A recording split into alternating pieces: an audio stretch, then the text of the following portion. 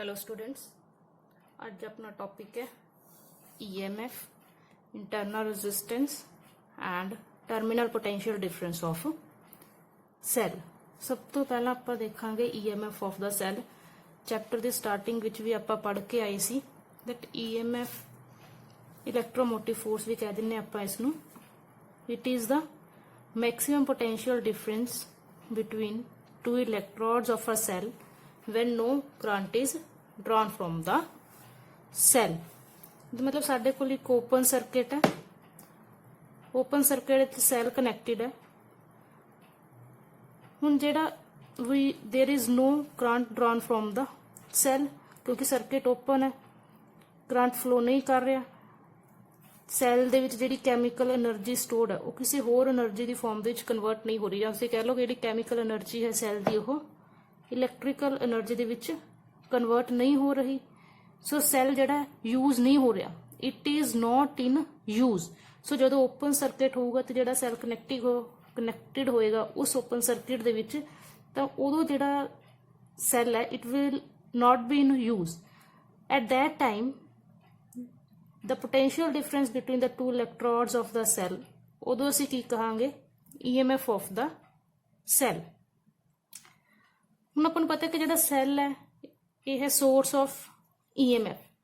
ਤਾਂ ਆਪਾਂ ਈਐਮਐਫ ਨੂੰ ਇਸ ਤਰ੍ਹਾਂ ਵੀ ਕਹਿ ਸਕਦੇ ਹਾਂ that it is the energy provided by the cell per coulomb of the charge। it is the energy provided by the cell per coulomb of the charge। ਉਸ ਤੋਂ ਬਾਅਦ ਆਪਾਂ ਈਐਮਐਫ ਆਫ ਸੈੱਲ ਕਿਹੜੇ ਫੈਕਟਰਸ ਤੇ depend ਕਰਦਾ ਹੈ ਇਹ ਵੀ ਆਪਾਂ ਆਲਰੇਡੀ कर चुके हैं चैप्टर की स्टार्टिंग दे विच that EMF depends on the nature of the electrodes, nature and concentration of the electrolyte used in the cell, right. उस तो बाद आ जाता है कि ईएमएफ हुण किहड़े-किहड़े फैक्टर्स ते डिपेंड नहीं करता, इंडिपेंडेंट है।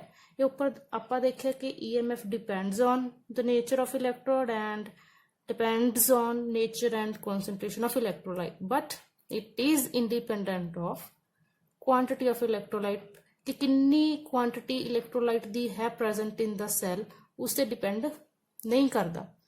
और किस चीज से डिपेंड नहीं करता, it doesn't depend on the size of the electrode. Electrode का साइज की है या इलैक्ट्रोड्स विच डिस्टेंस की है, इन फैक्टर्स से जिहड़ा है ईएमएफ डिपेंड नहीं करता। नैक्सट है internal resistance of a cell. हुण रेजिस्टेंस दा मीनिंग पता है that it is the property which opposes the flow of current।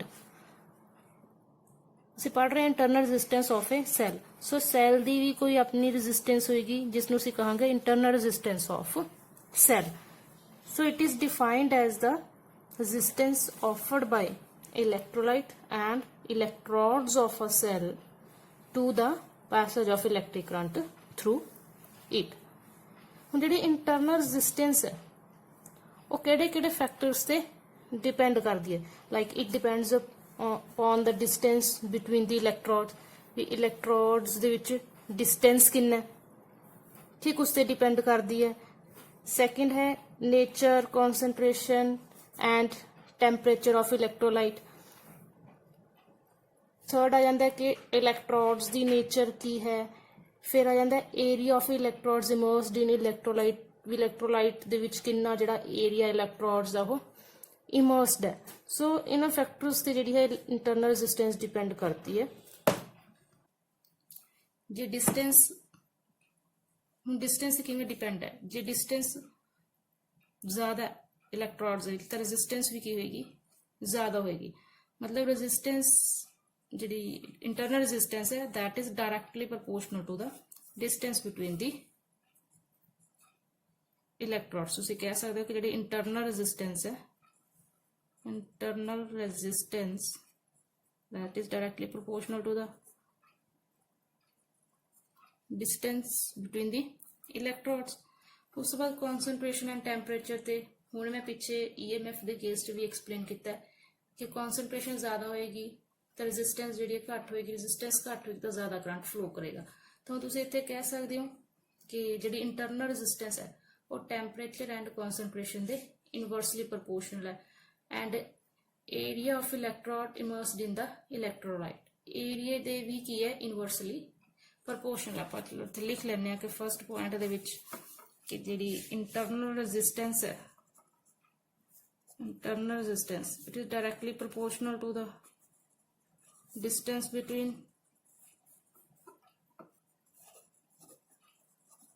electrodes, right? And internal resistance is inversely proportional to the concentration and temperature. concentration ज़्यादा होएगी, internal resistance घट होएगी तो ज़्यादा करंट फ्लो करेगा। फिर एरिए ते किस तरह, इंटरनल रेजिस्टेंस ये भी एरिए दे नाल की है इनवर्सली प्रोपोर्शनल है। ज़्यादा एरिया इमर्स्ड होएगा तो इंटरनल रेजिस्टेंस घट होएगी, इंटरनल रेजिस्टेंस घट होएगी तो ज़्यादा करंट फ्लो करेगा, right.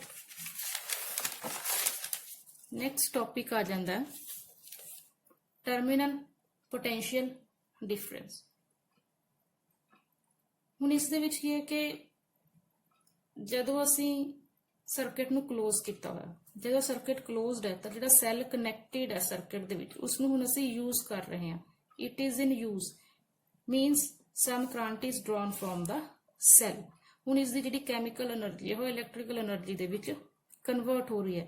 So it is defined as the potential difference between the two electrodes of a cell in a closed circuit। मतलब जो circuit closed है उदों cell दे दोनों terminals दे विच मतलब दोनों electrodes दे विच कितना potential difference है उसनों से की कहांगे terminal potential difference, right। next आ जाता है we have to find the expression for internal resistance of cell।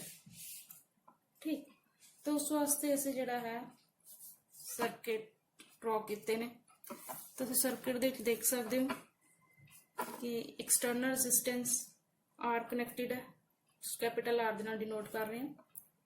This is one way की के दे नाल डिनोटेड है। Cell is connected in the circuit, तो इस सैल दी इंटरनल रेजिस्टेंस कितनी है आर। आप हमने पीछे टॉपिक पढ़िया ना इंटरनल रेजिस्टेंस ऑफ सैल, ठीक। Resistance offered by the electrolyte and electrodes of the cell to the passage of current, right. So इसमें से स्मॉल आर दे नाल डिनोट कर रहे हैं एंड वोल्ट मीटर जिसमें वी नाल डिनोट किया है इसमें असी सैल दे क्रॉस कनेक्ट किया हुआ। फर्स्ट केस है दैट जदों जिहड़ा सर्किट है जदों सर्किट ओपन है, ठीक। फर्स्ट डायग्राम है ओपन सर्किट वास्ते।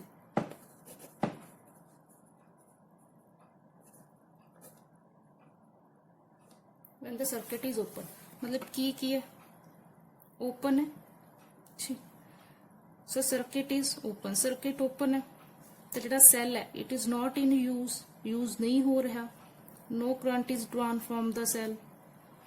हुण जिहड़ा वोल्ट मीटर कनेक्टेड है across the terminals of the cell यह रीडिंग देगा equal to the EMF of the cell, V equal to E, right. Next diagram से देख रहे हैं कि नेक्स्ट केस दे विच असीं की नूं की कीता क्लोज। जदों की क्लोज हो गई तो सर्किट की बन गया क्लोज्ड सर्किट। जो सर्किट क्लोज्ड है that means cell is in use now, तो करंट जिहड़ा है सैल तो ड्रॉ हो रहा है। मीनस इसकी जिहड़ी कैमिकल एनर्जी है वो हुण electrical energy they which convert होनी शुरू हो गई।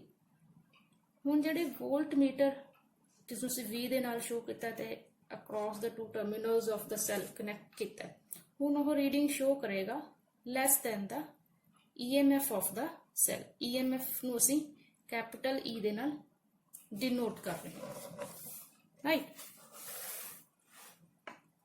आही चीज मैं इत्थे जिहड़ी सारी जिहड़ी है सिंबल्स दा लिखे है that is the EMF of the cell, small r internal resistance of cell, capital R external resistance connected in circuit, V voltmeter connected across the two terminals of cell, K is a one way key, right?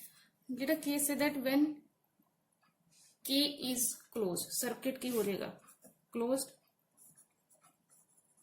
circuit will be closed now, right? ਹੁਣ ਦੇਖਣ ਵਾਲੀ ਗੱਲ ਇਹ ਹੈ that circuit ਦੇ ਵਿੱਚ cell connect ਕੀਤਾ ਹੈ ਜਿਸ ਦੀ internal resistance small r ਹੈ and external resistance capital R। ਹੁਣ ਇਹ small r and capital R ਦੋਵੇਂ ਸੀਰੀਜ਼ ਦੇ ਵਿੱਚ ਨੇ। ਜੇ ਸੀਰੀਜ਼ ਦੇ ਵਿੱਚ ਨੇ ਤਾਂ ਹੁਣ ਸਰਕਟ ਦੀ ਟੋਟਲ ਰੈਜ਼ਿਸਟੈਂਸ ਕਿੰਨੀ ਹੋਏਗੀ? ਸਭ ਤੋਂ ਪਹਿਲਾਂ ਅਸੀਂ ਲਿਖ ਲੈਂਦੇ ਹਾਂ total resistance of the circuit. Total resistance of circuit, it will be R plus R because दोनों की ने series ਦੇ ਵਿੱਚ ਨੇ। therefore ਜਦੋਂ circuit closed है that current is flowing through the circuit, ਹੁਣ ਉਹ current ਕਿੰਨਾ ਹੋਏਗਾ? magnitude of current, magnitude of current, it is I equal to E by R plus R। So current equal to potential upon resistance। ਹੁਣ क्योंकि ਅਸੀਂ ਕਹਿ ਰਹੇ ਹਾਂ ਕਿ ਸੈੱਲ ਦੀ ਇੰਟਰਨਲ ਰੈਜ਼ਿਸਟੈਂਸ ਵੀ ਹੈ, ਜੇ ਇੰਟਰਨਲ ਰੈਜ਼ਿਸਟੈਂਸ ਹੈ ਤਾਂ ਉਸ ਦੇ ਅਕ੍ਰੋਸ ਕੋਈ ਪੋਟੈਂਸ਼ੀਅਲ ਡ੍ਰੌਪ ਵੀ ਹੋਏਗਾ। ਸੋ ਉਹ ਪੋਟੈਂਸ਼ੀਅਲ ਡਿਫਰੈਂਸ ਕਿੰਨਾ ਹੈ ਆਪਾਂ ਨੈਕਸਟ ਪੁਆਇੰਟ ਦੇ ਵਿੱਚ ਲਿਖ ਰਹੇ ਹਾਂ। potential difference across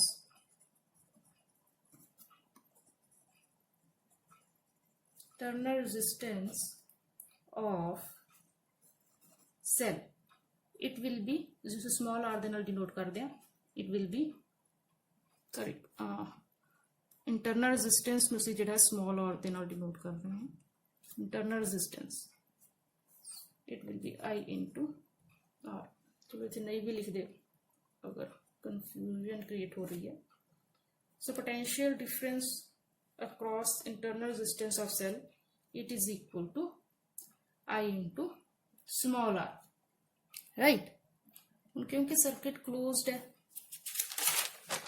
circuit is closed, current is flowing through it। ਹੁਣ ਤੁਹਾਨੂੰ ਪਹਿਲਾਂ ਵੀ ਮੈਂ ਦੱਸਿਆ ਸੀ ਕਿ ਹੁਣ ਵੋਲਟਮੀਟਰ ਜਿਹੜਾ ਹੈ ਰੀਡਿੰਗ ਸ਼ੋ ਕਰੇਗਾ less than the EMF of the cell. ਤਾਂ ਉਹਨੂੰ ਕਿੰਨੀ ਰੀਡਿੰਗ ਹੋਏਗੀ ਇਸਨੂੰ ਆਪਾਂ ਲਿਖਦੇ ਹਾਂ reading of voltmeter is now less than EMF, E ਕਿੰਨੇ ਅਮਾਉਂਟ ਦੇ ਨਾਲ ਬਾय IR, जिन्ना पोटेंशियल ड्रॉप हो रहा है across the internal resistance of the cell उन्नी अमाउंट दे नाल जिहड़ा है EMF घट रहा है, तो उन्नी जिहड़ी रीडिंग वोल्टमीटर शो कर रहा है। मैं कह रही हूँ V equal to E minus IR।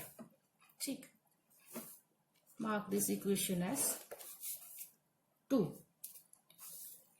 If I is equal to 0, current कितना 0 है, तो ऊपर आप इक्वेशन दे विच करंट 0 पुट करिए V equal to E minus 0 into R equal to E minus 0 is equal to E।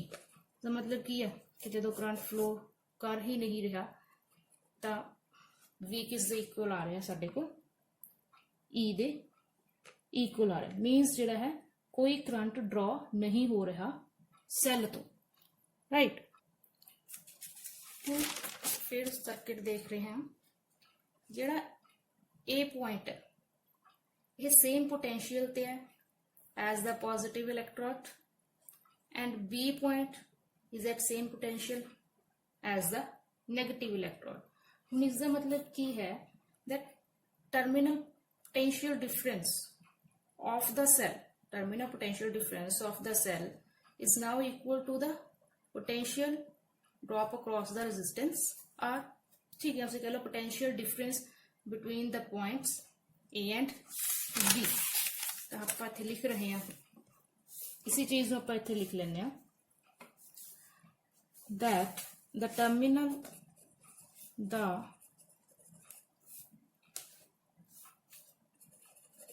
terminal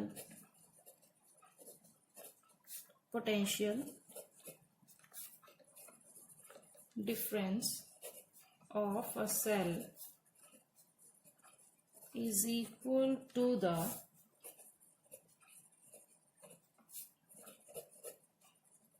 potential difference across the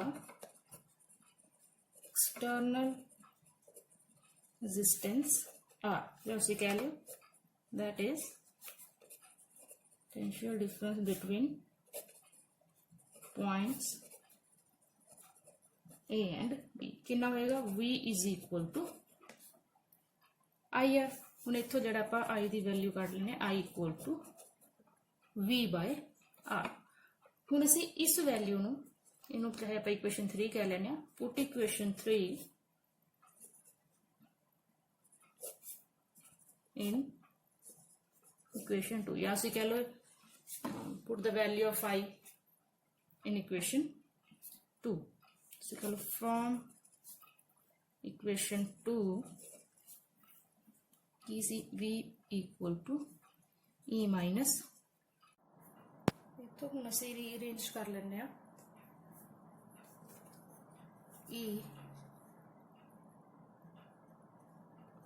minus V equal to IR, right, or IR is equal to E minus V, or R is equal to E minus V by I. ठीक, तो हमने तुसी जिहड़ी equation 3 ਦੇ ਵਿੱਚ I the value ਆਈ ਸੀ ਉਸ ਨੂੰ ਇੱਥੇ ਪੁੱਟ ਕਰ ਰਹੇ ਹਾਂ. R is equal to E minus V by R is equal to E minus V by V into R.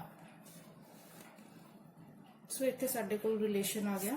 यही असी ड्राइव करना सी expression for internal resistance of cell in terms of E and V. So small r is equal to E minus V by V into R, right? So ये साडे कोल expression है. This is the expression for internal resistance of साडे कोल expression V equal to E minus IR कदों आया सी when some current is drawn from the cell, right?